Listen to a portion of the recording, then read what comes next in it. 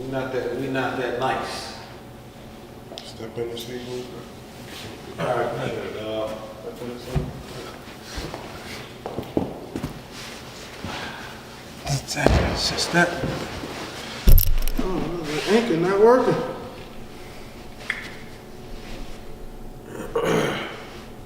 Come in a little bit.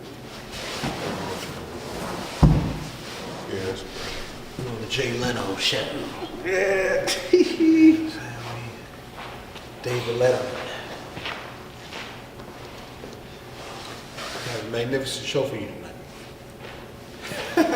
See, I like that. Straight up. I like that, man. We already here. Straight up. Podcast popping.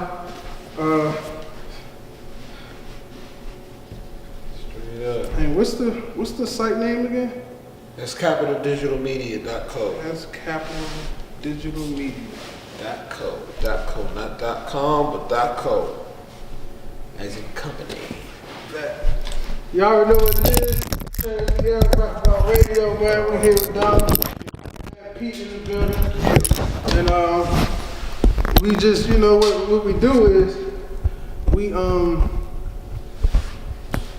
usually we meet up, we chop it up, we connect minds, we brainstorm together. Yep. We usually, you know, sit back, smoke one together. But this time, I said let's just put the content out. Let's create content. When we sat down. Let me know you're ready though. Just talk. Oh, man. Cause we sat down over like this time last year we was meeting up. You know, we About was this chopping time it up. last year. You know what I'm saying? So all these ideas we had, last year, even years before that, I feel it was like it was just time to say, all right, let's put it in motion, something in motion. Yeah. You know what I'm saying? So because of this, after this, you'll have your book. We be really getting on it now because we started this. You know what I'm saying? So I feel like it's just a perfect time to do it, man. Definitely. What's going on, man? What's up, brother? Yes, sir. The boss man. Hey, man. 2019, man, to get it. You know what I'm saying? You know, so the first question, Yeah. when I came to his crib one night, y'all, he asked me, what is war? That was the right question. I think that what the question I asked you was what you think war is, or what is your perspective of war, or I think that what I asked you is what do you think war is? War is, and all right, so I think my answer might have changed, man. Yeah? How so? Well, I don't know if it changed, but it's just I have more of an understanding now, more growth. Yeah. But war, man, we generally speaking, is divide and conquer. Yeah. You know what I'm saying? Yeah, definitely. And I think that's where we at in America right now. We at the point where we're already divided. Yeah. You know what I'm saying? The division happened. Yeah. It happened years ago, but the division happened now. Yeah. I'll say they're about 60% in conquering.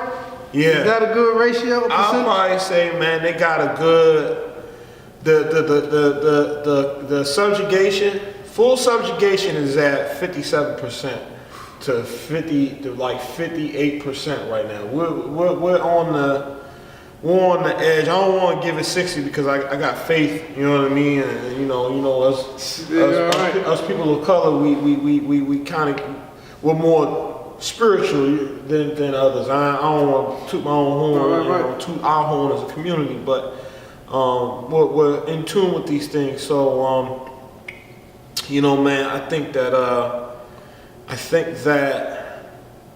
this is a season of change, switching up things, and definitely deepen for deeper understanding, no matter how dark it is. No doubt. You know what I mean? Knowledge is power. It is dark. Yeah, knowledge is power, and knowledge can also be extremely dark. And so I think that this year we had to shine a lot of light, you know? Right. So we be talking a lot. You talked about DC, and we had a phone conversation 2 days ago. Yeah. And I was of the idea that DC is snatched already. Yeah. And I see justification across all the major cities, but I feel like DC is kind of snatched right now. Yeah, I think that DC is pretty much in a very, very eerie way, a very eerie fashion, DC's the dichotomy has changed drastically. The culture has changed.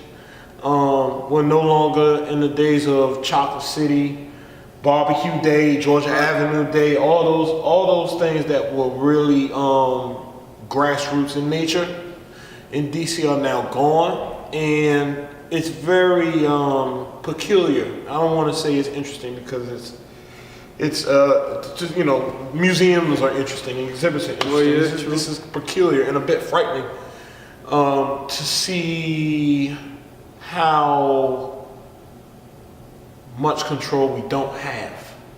So that brings me to, who do you think of the idea of, and Pete, you can chime in whenever. Whenever you ready.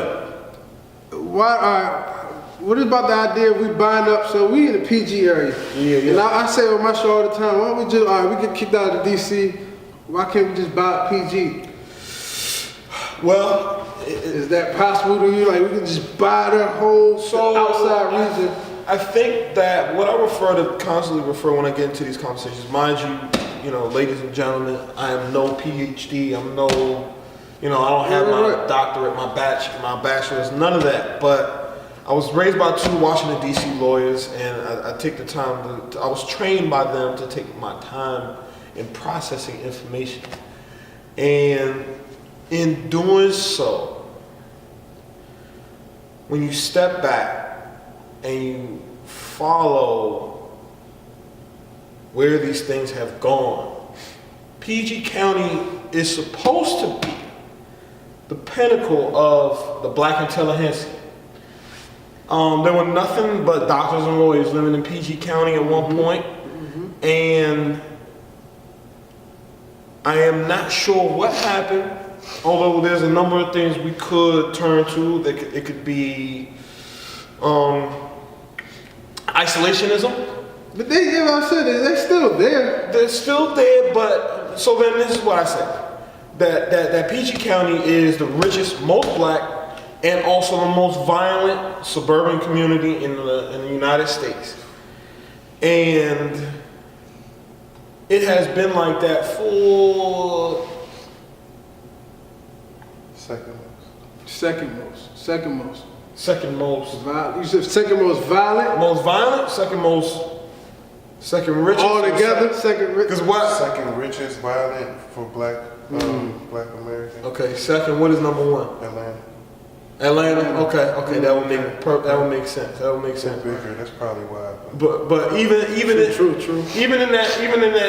in that conversation. So then, if we're talking about, let's just take a step back for a second, if that's the case, right?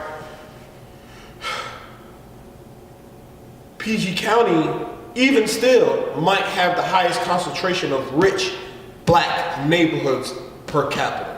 Now that, if we're look at it from the perspective of per neighborhood, so we have Kettering, we have Woodmore, and we have Bowie, and they're all in the same place, within a 50-mile radius of each other, nearly.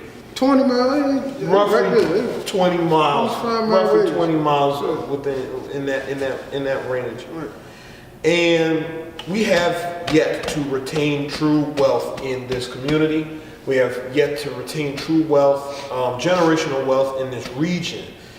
And that's big. That's what we needed. that was key, and that was key in the 80s and 90s. In the 2000s,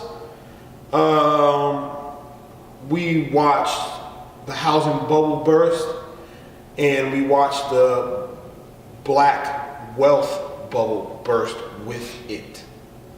And so none of the wealth that should have been truly retained during the 80s and 90s, when you had these black professionals kind of really flourishing in this region, that money seems to have gone into...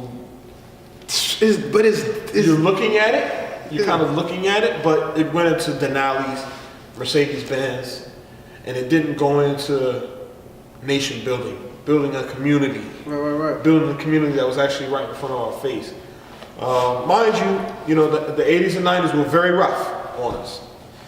But even still, I go back to how many professionals that we have in this region, and how desperate a situation it was for them to work together.